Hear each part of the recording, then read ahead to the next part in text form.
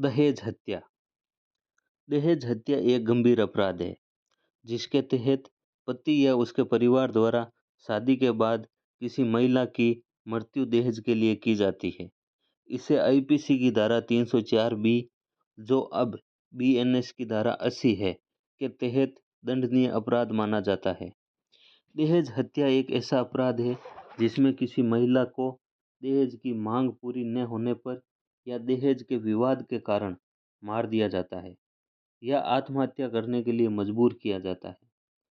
साक्ष्य अधिनियम की धारा 113 बी, जो अब बीएसए की धारा 118 है, यदि किसी महिला की मृत्यु विवाह के 7 साल के भीतर होती है और यह साबित होता है कि मृत्यु से पहले उससे दहेज हत्या के लिए प्रताड़ित किया गया था, तो यह माना जाएगा कि उसकी मृत्यु दहेज हत्या है। दहेज हत्या के कारण दहेज हत्या के कई कारण हो सकते हैं, जैसे कि दहेज की मांग, आर्थिक दबाव, सामाजिक दबाव। दहेज प्रतिषेध अधिनियम 1961 के तहत दहेज लेना व दहेज देना अपराध है। आईपीसी की धारा 498 ए, जो अब बीएनएस की धारा 85 है, यह धारा पति या उसके रिश्तेदारों द्वारा पत्नी के साथ क्रूर व्यवहार करने या उससे उसे प्रताड़ित करने से संबंधित है। दहेज मृत्यु के लिए आवश्यक शर्तें। ऐसा नहीं है कि किसी भी स्त्री की शादी हुई है और वह मर जाए तो उसके घर वालों पर दहेज मृत्यु का इल्जाम लगे।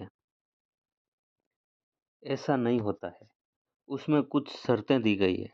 अगर वह शर्तें होती है तो उस परिवारजनों पर, पति पर और पति के रिश्तेदारों पर दहेज मृत्यु का आरोप लगता है। दहेज मृत्यु की क्या क्या शर्तें होती है? नंबर 1, विवाह के पश्चात 7 साल के अंदर अंदर मृत्यु होना। विवाह होने के पश्चात 7 वर्ष से पहले अगर किसी स्त्री की मृत्यु होती है तो ऐसा मान लिया जाता है कि उस स्त्री की मृत्यु दहेज हत्या है। उस स्त्री को प्रताड़ित किया गया, परेशान किया गया, जिससे उसकी मृत्यु हो गई।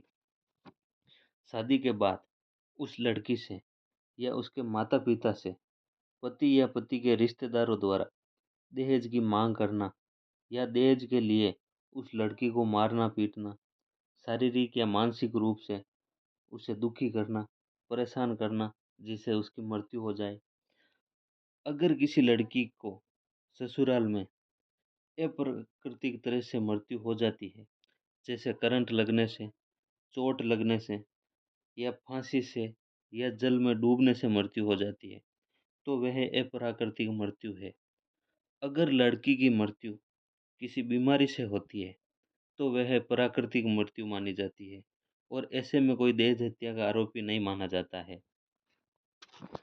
दहेज की मांग करना या विवाहिता की मृत्यु के पूर्व दहेज के लिए परेशान करने का साक्ष्य।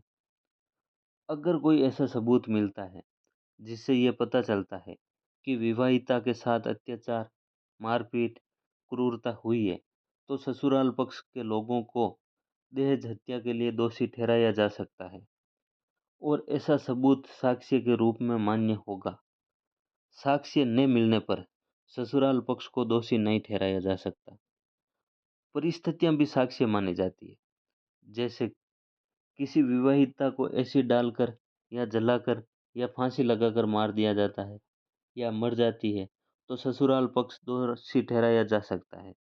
किसी महिला के साथ पहले से मारपीट की गई हो और उसकी एफआईआर हो या मेडिकल कराया गया हो, उसकी जांचें हो, तो ऐसे साक्ष्य माने जा सकते हैं। दहेज मृत्यु के लिए क्या दंड है? ऐसे अपराध के लिए कम से कम 7 साल की सजा होगी और आजीवन कारावास तक की भी सजा हो सकती है।